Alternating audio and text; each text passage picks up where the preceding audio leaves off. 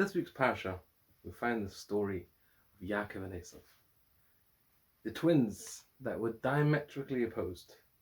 One was the good guy, the ultimate good guy, Yaakov, and one was the ultimate bad guy, Eisav. The Rasha, the guy. But the funny thing is, we find Yitzchak liked Eisav. And Chazal tell us because he asked him questions about deep ideas, how to meister things. So Yitzchak was a fool. He thought his son asked him a question, so he fell for it. Obviously not. What is this? The deeper dimension of this story, of these two personalities, of Yaakov and Eisav.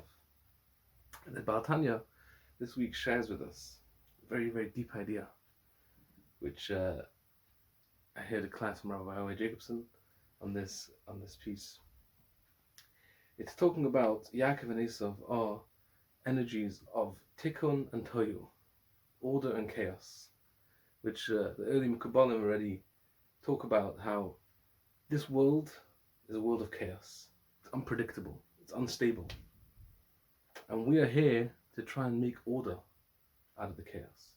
Now we all know what chaos is. When life is just not happening.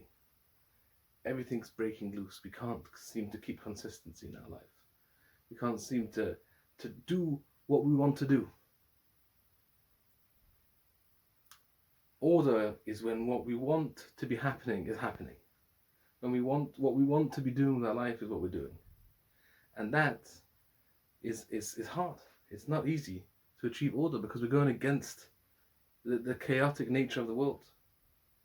So chaos is the easy default option. We just go with the chaos. Unpredictable. It's fun. It's spontaneous. I can just do with what I want now. There's no one thing that I have to do. There's no purpose. One purpose that I'm living for. What do I want right now? I want to do this right now. I'll do it. So it's easy. There's no need to really fight with yourself. You can just go with the chaos. But the only problem is that your life has no meaning and it's just chaotic. There's no specific purpose in life. And that's just a chaotic life, and it's not a good place to be.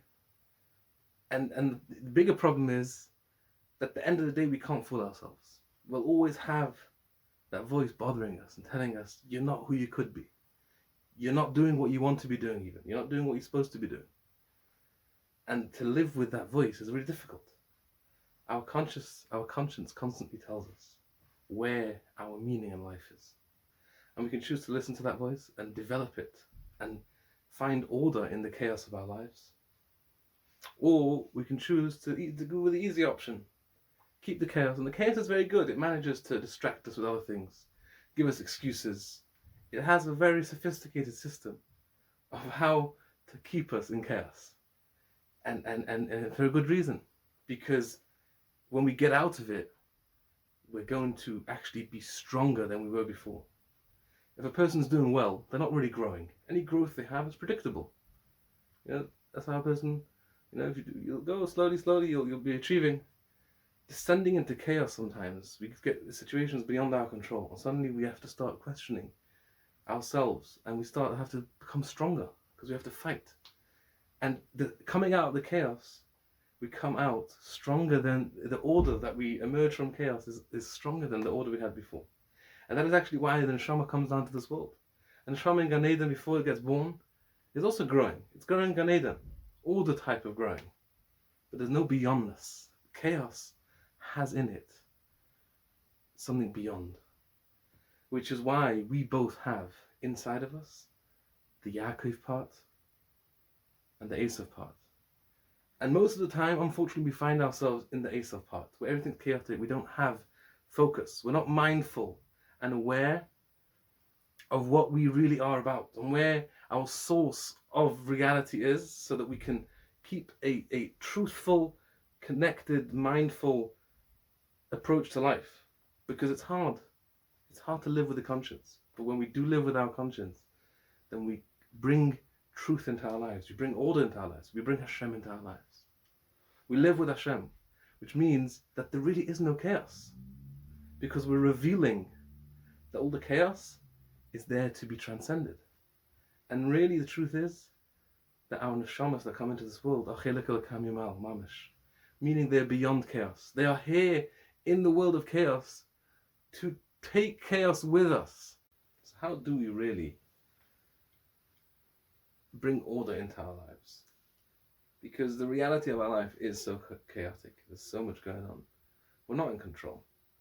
And the fact that we can have a job, we could lose it the next day. We can have health, and it's gone. We're never really in order, even though we've managed to make our life in order. Chaos is literally around the corner. And the reality of the world right now shows that very strongly. Who's the President of America? Who's the Prime Minister of Israel? Who has a job? Who's healthy? We literally don't know nothing.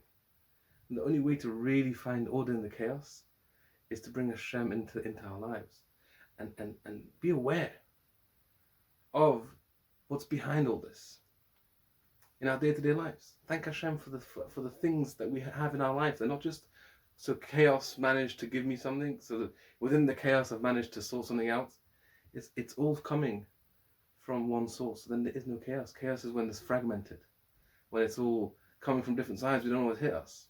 But if we focus in, and especially during Shema is a mitzvah from Hashem, to a guided meditation on the fact that Hashem Elokeinu Hashem Echad, and everything is one, and there is only order, there's only oneness and truth, and that is what a Yid is. Shema Yisrael, we talked on Shema, and that's what Yaakov Avinu was. Yaakov Avinu also had struggles. He was Yaakov, but then he became Yisrael. Yisrael is the neshama that really overcomes the chaos in the life. And then when we overcome chaos, then we become from Yaakov to Yisrael, and then we have Hashem in our lives, and then we're able to literally live with Hashem Elokeinu Hashem Echad. And then our lives, then all the chaos that comes our way, it can't do anything to us, because we know what's the truth. And the worst things can happen. People can be killed in the Holocaust, killed in the Inquisition, and what do they shout? Shema Yisrael, Hashem Elokeinu Hashem Echad, because anything can happen, but we know that there's all one purpose. We know what's real, and then nothing can faze us. Even dying is not phasing us, because it's all Hashem's plan. So the strength the Yid can have by living with Hashem and bringing Hashem into our lives, and that's why Yitzchak believed that Eisav can get the brachas, because he believed that chaos can sort itself out. He just needs a bit more awareness. Right now he's confused. The truth is beyond him. So I'll give him more truth. I'll give him more shefa in his life, and he'll realize. But the truth is that Eisav couldn't do it on his own, because when there's selfishness, when there's fragmentation, when there's no Hashem inside a person's life, in their conscious awareness, then anything that they get is just going to be taken to the selfishness, going to be destroyed and put into the chaos. That's why the truth is we need Yaakov Avinu to overcome the chaos. We need truth. We didn't emes Yaakov, and through Yaakov, through the part inside of us that is connected to truth, we can overcome all the Eisav parts inside of us. In every day we have a bit of an Eisav. In every situation, every part of us, we're never fully Yaakov. We can't say, I'm the Yaakov guy. No, because there's always Eisav around the corner, and we're constantly battling that. And the way to battle it is to be aware and constantly focus and refocus and reconnect to the truth of our lives, the truth of reality. That Hashem Elokeinu Hashem Echad. And eventually Mashiach will come, B'karev Mamish. There will be all of the chaos itself will be fixed, because there will be no chaos. The revelation of the truth of Hashem Echad, B'yom hu yeh Hashem Echad u'Shmo Echad, there will be no chaos. And Eisav will have a tikkun, because the chaos won't be thinking that it's all about me right now, what I want right here, right now. There will be integration and oneness and unity in the world, and that will be the day of perfection and no more suffering and no more pain. From here, amen, amen. Good Shabbos.